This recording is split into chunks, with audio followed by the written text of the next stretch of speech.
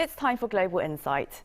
The heydays of globalization deemed trade a vital mechanism for building peace throughout the world through greater economic cooperation and even integration. But in recent years, trade has become a tool to safeguard national interests and weapons to sanction other states, causing fractures in global markets and supply chains as trade wars and decoupling ensue. Add to that commodity price increases caused by the Ukraine war and broadening price pressure across major economies. Global trade growth this year is likely to slow down, triggering concerns for many countries, not least trade-dependent ones like South Korea. With a sluggish global trade environment and geopolitical uncertainties ahead, how can South Korea keep its outbound shipments moving? For this, we are happy to have in studio today Kim Eun-jong, President of Korea Institute for International Economic Policy, now deeply involved in the policy-making process of the Korean government in the fields of economic, trade and diplomatic policies, and an Oxford-trained economist. Dr. Kim has been a key advisor to the Finance and Foreign Affairs and Trade Ministries in South Korea, notably during negotiations of major trade agreements such as the Korea-EU FTA. Very warm welcome to you, Dr. Kim. Thank you very much for joining us in studio. Good morning. Good morning. Thank you. Right. Well, my first question to you is about a keyword that we've been hearing a lot these days. It's economic security. Lots of nations are prioritizing this. So how do you define economic security, and what does it mean for South Korea's trade policy? Economic security is there is no just one definition that they all agree. So my definition is something like the preemptive defense measure against any kind of tangible and intangible outer threat or economic shock, jeopardizing the survival of the nation and also jeopardizing the survival of the people. So the concept is very broad. So it includes not only the trade security, but also the industry security, food security, and energy security, and etc.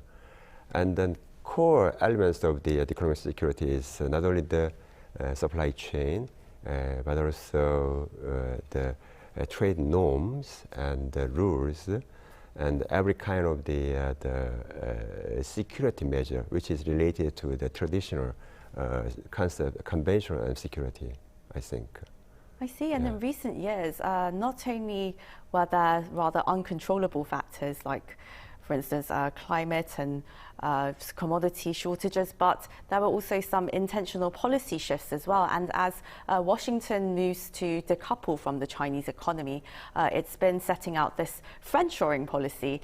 And it seemed that most South Korean companies were largely on board with this policy, investing just billions and billions in May when President Joe Biden made his first state visit to South Korea. But in recent weeks, we've seen that America's new laws, such as the CHIPS Act and now this Inflation Reduction Act, it's not been so ally-friendly, or it doesn't really provide that much market access as one may have hoped. So, well, I suppose my question is America first and friendshoring really the just two sides of the same coin? Yes, I think. I mean, the two key strategies for the American industry and American people is that the Biden administration think that the expanding its domestic production facilities.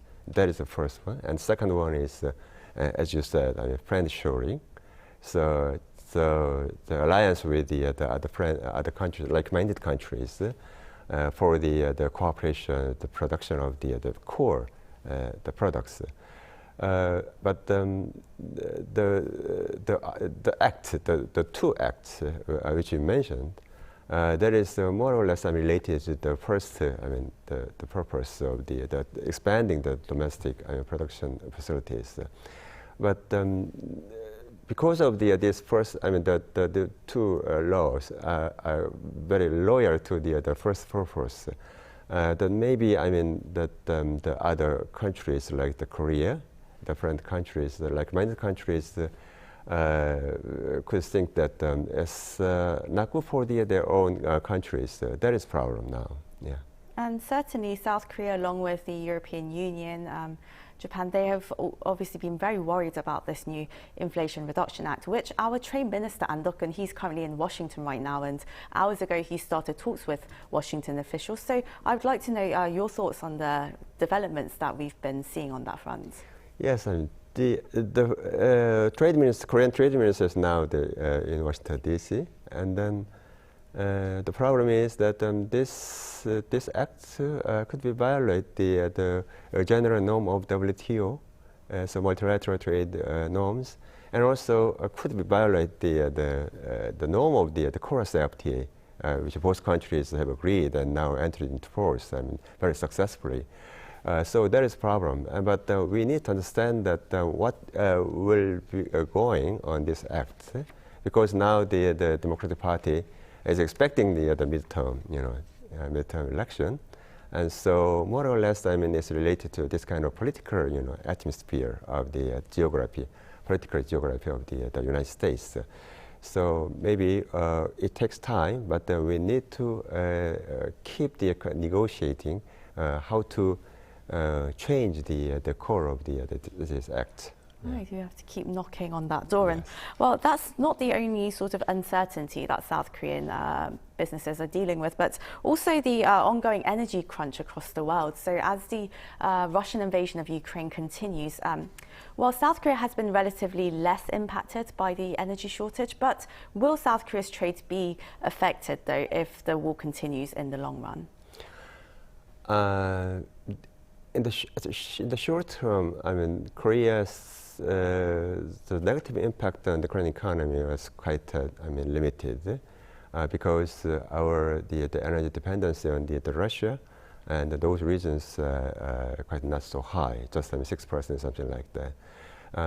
And so we managed to do that, but the main problem is that if this kind of situations just keep going on, and then that's could have impact on the network, the supply chain, and also the Korean economy is heavily dependent on the international supply chain. So it may hurt not only the energy areas, but also the critical core minerals actually supplied by those Black Sea regions, including the Russia and Ukraine. So this is kind of the related to the production process of the semiconductor as well, like the very rare minerals also included. So we hope that this war would end. Sooner. Yeah. Right, the war really needs to end, but even so, it looks like the trend of decoupling, the US economy decoupling from the Chinese one, will continue for quite some time. And well, what does that mean for Korea's supply chains? How is it going to have to really shift its processes? The US-China, the conflict is definitely negatively impact on the Korean economy, because we need to choose this side or that side. But that kind of the situation is very limited to the very specific areas, like the very high advanced technology areas, including semiconductor and batteries and AI. So most of the normal products, when it comes to the normal product, then there is no such kind of the conflicts now. So we need to focus on some strategic position on some certain areas, and then we need to diversify the network and the supply chains, not only from the China and the United States to other countries. And now I believe the Korean government is making an honest effort to diversifying all of this kind of the network and the recovering the situation. Sure, and diversification, that's another word that we've heard a lot over the past few years. And well, it's, as you said, South Korea's outbound shipments, they are very heavily reliant on the US and Chinese economy. But in order to reduce this dependence, what kind of markets or items do you think we should really turn our focus to? In principle, the pre-trade, we advocate pre-trade, and then pre-trade, we don't have to, necessarily, diversification, something like that, because both of us have a trust in trade, supply chain. Then in that case, we don't have to, diversify our partners to others. But the problem is now that we need to, keep the economic security at some cost. That is the situation. And so, for instance, when it comes to the batteries and then the critical raw materials, we are heavily dependent on the China. And then, so we need to, diversify this kind of the supply of these raw materials from the China to other countries. And then, so all the other countries are preparing for this kind of adapting themselves to this new situation. And then Korea is not an exception.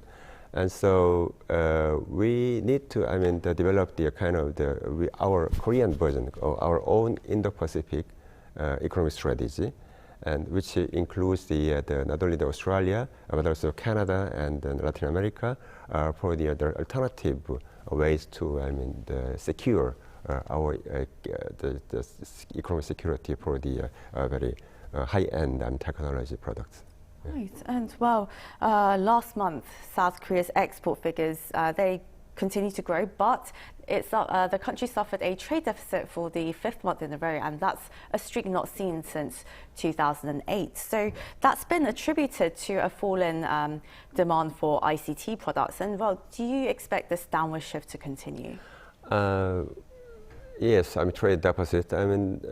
Korea is very open to the world, and the trade deficit is, could be the worrisome phenomenon. But we need to clarify what's the reason for that, and then there's a cyclical reason and also structural reason. And the cyclical reason, as the BOK has already declared, the high price of the energy. So it could explain the most of our trade deficit. And if we just control for the price peak hike, and then we still could have enjoyed the trade surplus. That is one thing. And another one is the very structural one. Many Korean companies who invested in China, mainly in China, now change their production base to the other countries, including ASEAN countries, notably Vietnam. So in that case, Korea's export to that country increased a lot, while Korea's export to China stagnated because there is no production facilities in China now. They moved to Vietnam. So our export to because our exports, main part of our export is intermediate goods. And so our export to China decreases, but our export to Vietnam is increased. So we need to think about the whole picture of the trade balance of Korea, not that just the bilateral ones. And then in that case, we think that our trade balance, prospects for our trade balance with China would not so be bright, which means that we need to have more import from China, while because of the Korean companies, location, and that our exports to China is not so, Right, I see. And well, one big initiative that South Korea has joined during this year was the Indo-Pacific Economic Framework, of course, spearheaded by the United States. But the IPEF, as they call it, it's been criticized, though, for really lacking teeth. It doesn't really have any details as to how the member countries would really benefit from this, whether they'll have US market access or not. That's all quite unclear. So what kind of developments are you hoping to see from this framework? When it comes to IPF, now the working group is going on, and then we actively participate in this process and negotiation. But our stance could be a kind of the wait and see, because IPF is the American version, okay? So IPF is just very, very loyal to the interest of the United States.